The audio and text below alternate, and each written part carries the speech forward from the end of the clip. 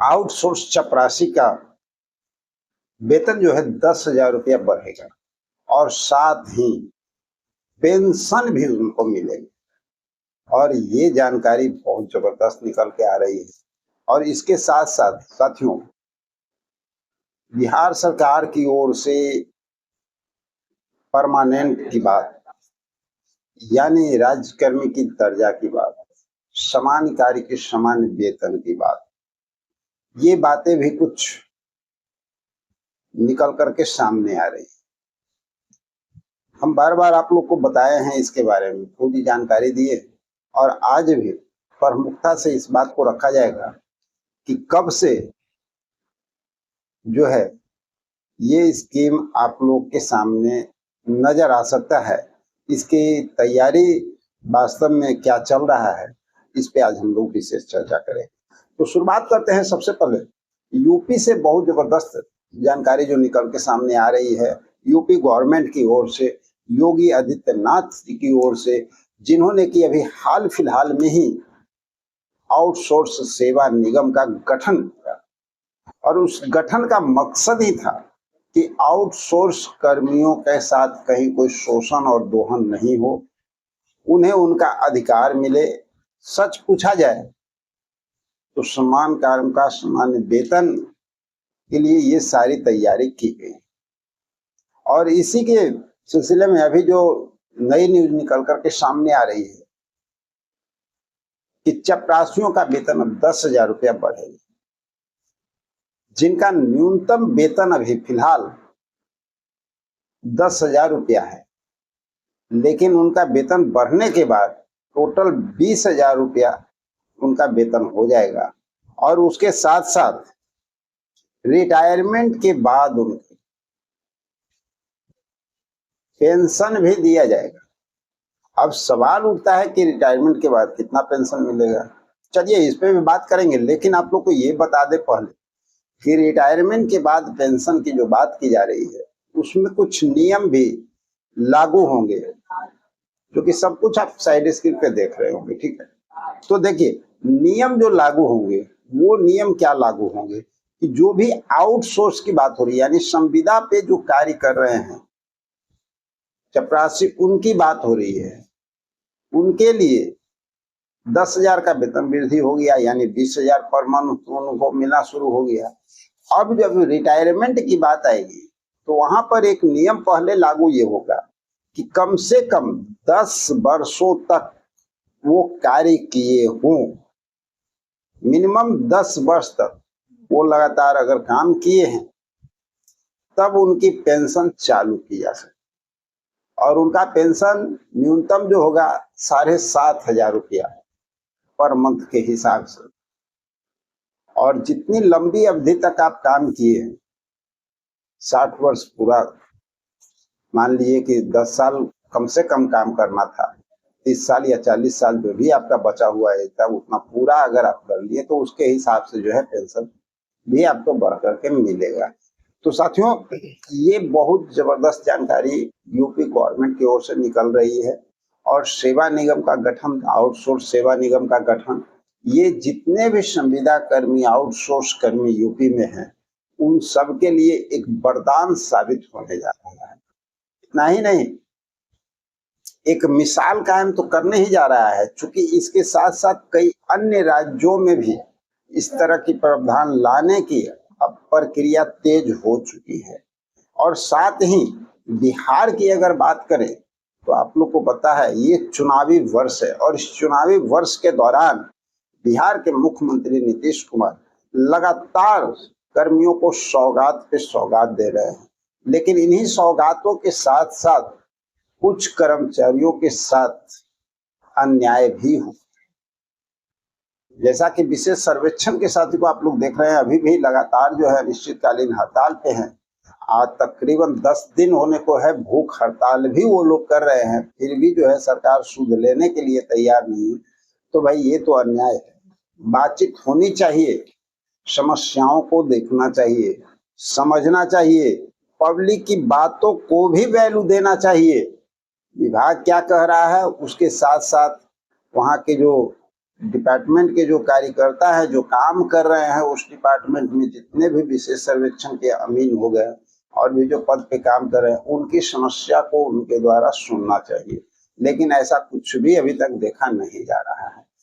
तो कहीं ना कहीं LRC के जो लोग हैं हमारे, उनके साथ हम सभी लोग खड़े हैं और हमें उम्मीद है कि संविदा पे कार्यरत कर्मचारी, चाहे वो बिहार से हो, यूपी से हो, महाराष्ट्र से हो, गुजरात से हो, बंगाल से हो, देश के किसी कोने से हो, सब लोग को साथ देना चाहिए। क्योंकि साथियों, आज आपके साथ हुआ है, कल आप सब लोगों के साथ।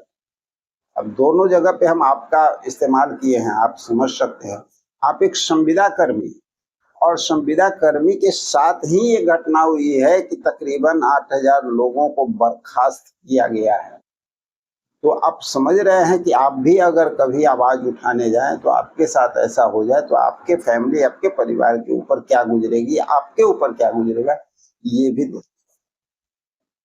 तो हमें उम्मीद है कि आप सभी लोग इनके साथ देंगे और सपोर्ट बहुत जरूरी भी है, क्योंकि ये आपके अपने अधिकार की बात है, संविदा कर्मियों के अधिकार की बात है, किसी विशेष व्यक्ति के अधिकार की बात नहीं है।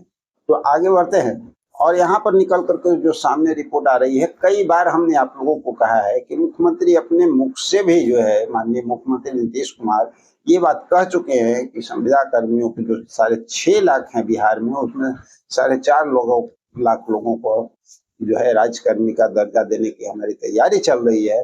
इसके साथ साथ हिंदुस्तान पेपर में जो आर्टिकल निकल करके सामने आया था, उसको भी आप लोग पढ़े होंगे। उसमें साफ साफ दर्शाया गया है कि आउटसोर्स जितने भी कर्मचारी हैं, संविदा पर जो भी कर्मचारी है, उनको जो है 60 साल तक जो है अब परमानेंट सरकार करने जा रही है। और इसको निकल करके जो जानकारी सामने आई है, और ये जो हिंदुस्तान पेपर का आर्टिकल आप देख रहे हैं ना, इसके साथ कुछ बातें तो सुनिश्चित हो जाती है कि कुछ ऐसे संविदा कार्यरत कर्मी हैं जिनका जो 60 साल तक परमानेंट किया जा सकता है, और उसके लिए जो रिपोर्ट दिया गया है वह भी यहाँ पर बता दिया गया है कि माननीय मुख्यमंत्री को अशोक कुमार चौधरी ने रिपोर्ट सौंप दी है। और उस रिपोर्ट के जिस समय सौंपा गया है, उस समय पे मौजूद थे उनके सलाहकार अंजनी कुमार सिंह और साथ में सचिव दीपक कुमार, सामान्य प्रशासन विभाग के आमिर सुहानी भी उस मौके पर वहां पर मौजूद थे। सबके सामने ये रिपोर्ट सौंपा गया है और ये भी कुछ पद की बात सामने आ रही है।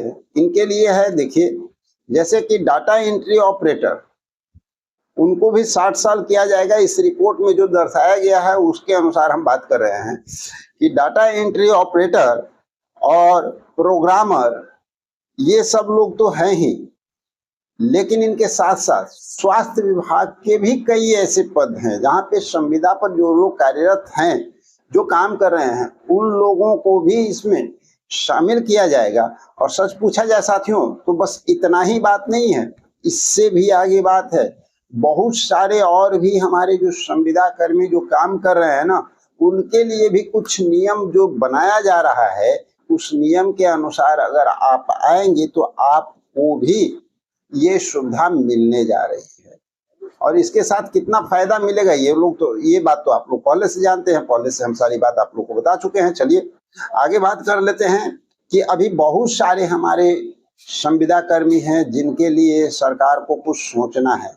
तो आने वाले समय में किन लोगों के लिए घोषणा होता हुआ नजर आएगा, किन लोगों के लिए कैबिनेट से पास होता हुआ नजर आएगा, थोड़ा सा उन पद पे थोड़ा ध्यान दीजिए कि कौन कौन से संविदा कर्मी हैं जिनको ये बेनिफिट मिल सकता है, साथ ही वेतन वृद्धि के बेनिफिट मिल सकता है, और भी कई बात सामने निकल करके आ रही है। तो कौन कौन से वो पद हैं, थोड़ा ध्यान से सुनिएगा। चलिए पहले जान लेते हैं कि कौन से वो विभाग हैं जिनका जो है राजकर्मी का दर्जा का फायदा, यानी परमानेंट का फायदा मिलने जा रहा है या मिल सकता है। सॉरी, जा रहा है नहीं, मिल सकता है। ये सरकार के ऊपर डिपेंड करता है क्या क्या करेगी। लेकिन इसमें शामिल है सामान्य प्रशासन विभाग, वित्त विभाग, विधि विभाग, श्रम संसाधन विभाग, पथ निर्माण और भवन निर्माण विभाग, जल संसाधन विभाग, लघु जल संसाधन विभाग, ग्रामीण विकास, स्वास्थ्य विभाग, शिक्षा विभाग, लोक स्वास्थ्य अभियंता विभाग, नगर विकास और आवास विभाग, ये सब लोग जो हैं इसमें शामिल हो रहे हैं। और इनके साथ साथ कुछ ऐसे भी हमारे साथी हैं, कुछ ऐसे भी पदनाम हैं जिन पर जो है गहन चर्चा चल रहा है, उनका वेतन वृद्धि भी हो सकता है और परमानेंट के लिए भी उनको चुना जा सकता है। तो देख लीजिए कि कौन कौन से ऐसे विभाग हैं जिसपे कि ज्यादातर अभी चर्चा बनी हुई है और संभवतः आने वाले समय में बहुत जल्द आप लोगों के लिए बहुत बड़ी खुशखबरी निकल करके सामने आ सकती है।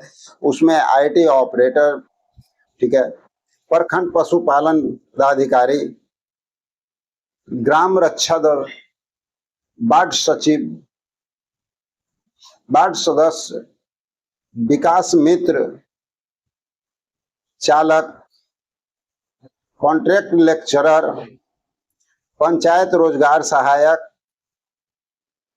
अमीन, आयुष चिकित्सक, स्वास्थ्य सहायक इंजीनियर, सामुदायिक स्वास्थ्य कार्यकर्ता, सांख्यिकी स्वयं सेवक, garden supervisor, programmer, LT boy, office supervisor, anganwadi सेविका सहायिका, सारे कुछ ऐसे पद हैं। तो साथियों चलिए मिलते हैं इन्हीं सब बातों के साथ अगले वीडियो में। जब तक के लिए जय हिंद।